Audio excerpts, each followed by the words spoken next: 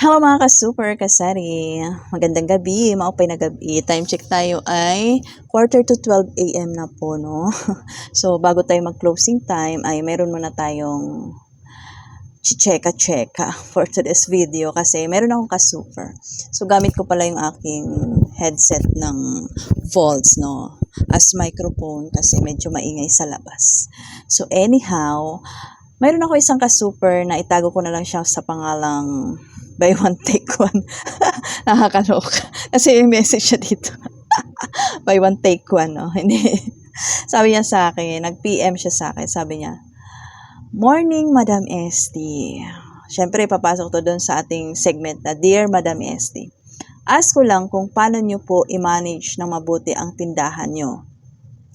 Nag-training po kayo about sa pagbi-business? Sana ma-vlog niyo po ito about business. Kung kailangan ba talaga mag-training para lalo lumago at ma-manage pa ang ibang negosyo. Salamat po. At Madam, wag niyo po ako i-mention po sa topic. Thank you po. Okay, so kung nag-training daw ba tayo dito sa ating negosyo. Nag-umpisa tayo sa sari-sari store business, 'di ba? Ngayon mini-mart business na, parang pina-modern na sari-sari store, no? So dito sa ating tindahan, wala namang tayong proper training, no, yung tipong papasok, mayroon tayong parang bago tayo mag-umpisa, magti-training tayo, wala namang ganon. Kasi parang ang mga gawain naman dito sa tindahan natin is mga basic na mga gawain.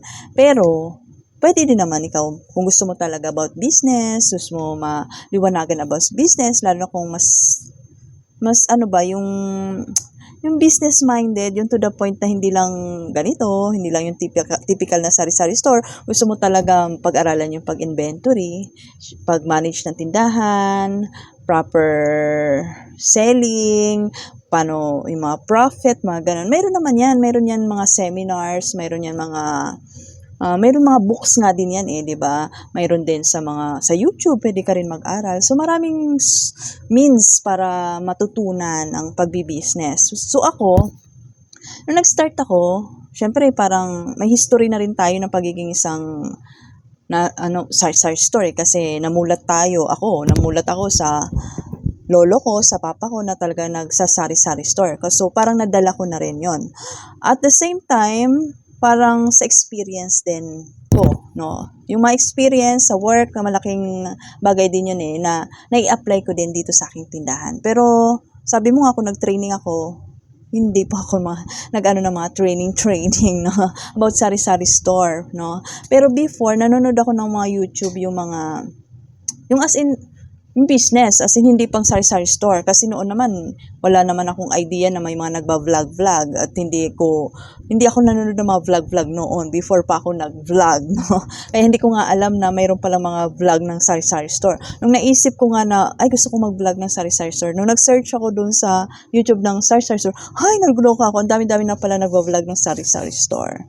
So anyhow, no, ngayon, sa panahon ngayon, marami ng means para pag-aralan kung gusto mo talaga mag-business. Tulad ngayon, ang dami na rin nag-vlog. So kayo, mga ka-super, mga aspiring sari-sari store owner, mga gustong magtayo ng business, nakakuha na kayo ng idea. Pero nga, ako nga, nung nag-umpisa ko nito, as in, nag-try and error lang ako. Kasi ako naniniwala ako, pwede tayo mag-self-training sa negosyo natin, 'di ba?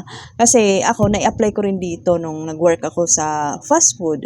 So, parang in-apply ko dito sa aking tindahan na kailangan dito sa ating negosyo, sari-sari store, kailangan mabilis ka kumilos, kailangan mayroon kang backup diyan.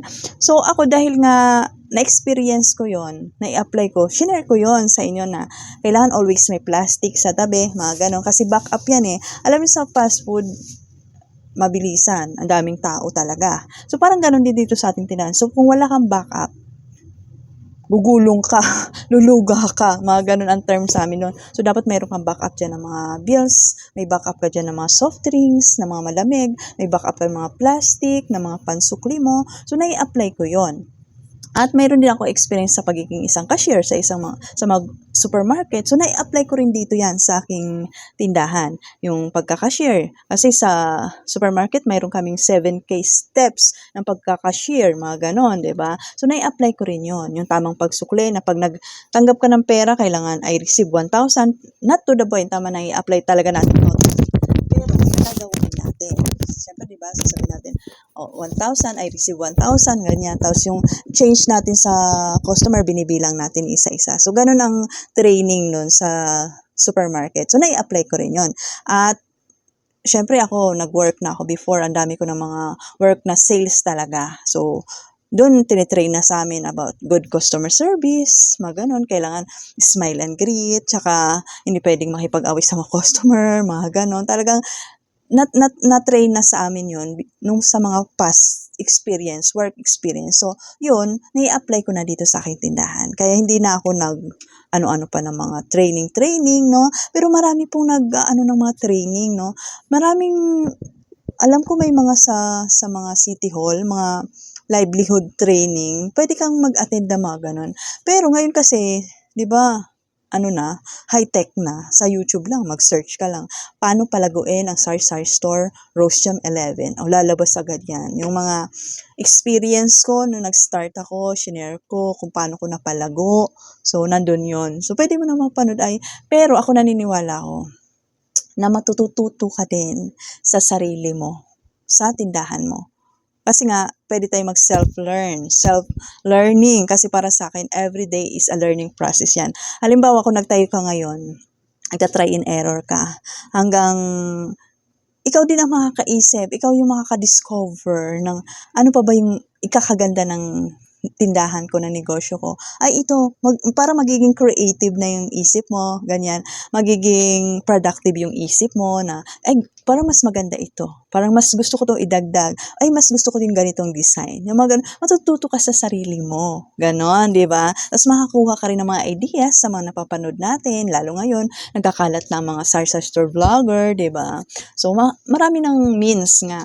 At ako ay naniwala din na natututo din tayo sa pagkakamali natin dito sa ating tindahan. Kasi nga, wala namang tayong standard procedure na ito ang sundin natin. Nasa sarili nga nating diskarte. So tayo halimbawa, umpisa ng pagtindahan, di ba? Walang nag-guide sa atin. Ikaw lang yung parang, ay sige, ganyan. Hindi ka pa nakakapanood kay Rose Jam 11 na pag nag-umpisa ng tindahan, kailangan unahin ang mga basic items, mga ganun, observe ng kapaligiran. Ikaw parang, sige, nag-put ka lang dyan ng mga items na hindi naman pala kailangan sa community mo, no? So, dun pa lang, nagkaroon ng, nagka-expired yung mga items mo. So, dun, at least matututo ka na sa pagkakamali mo na, ay, dapat pala hindi ganito. So, na-lesson learn mo yon, mga ganon. Kaya wag din tayo matakot magkamali kasi doon tayo matututo, doon tayo mag-i-improve, doon tayo magmamatured. Ganon. At yung mga pagkakamali mo, pag nalagpasan mo na yon, ay, bongga, parang umangat ka na, yung maturity mo sa negosyo, magle-level up na. Matututo ka na sa pagkakamali mo. Kasi, mas maganda kasi yung tayo nadadapa. Di ba? Kasi pag tayo nadapa tayo, tapos babangon tayo, okay, hindi ko na to gagawin. Ganun, di ba? So, maraming mga errors din nung nag-uumpisa, mayroon tayong mga maling decision, pero napag-aaralan din naman natin yan. At nahagawa tayo ng mga bright ideas, di ba? Nakakapag-isip tayo, ay, ganitong gawin natin.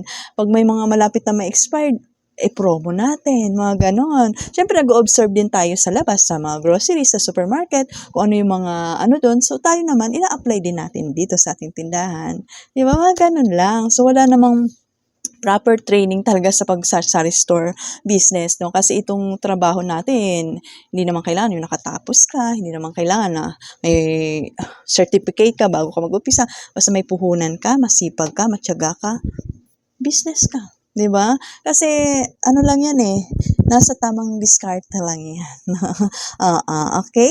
Okay, ayun lang ang aking share for today's video. Super na maraming means para mapag-aralan yung negosyo.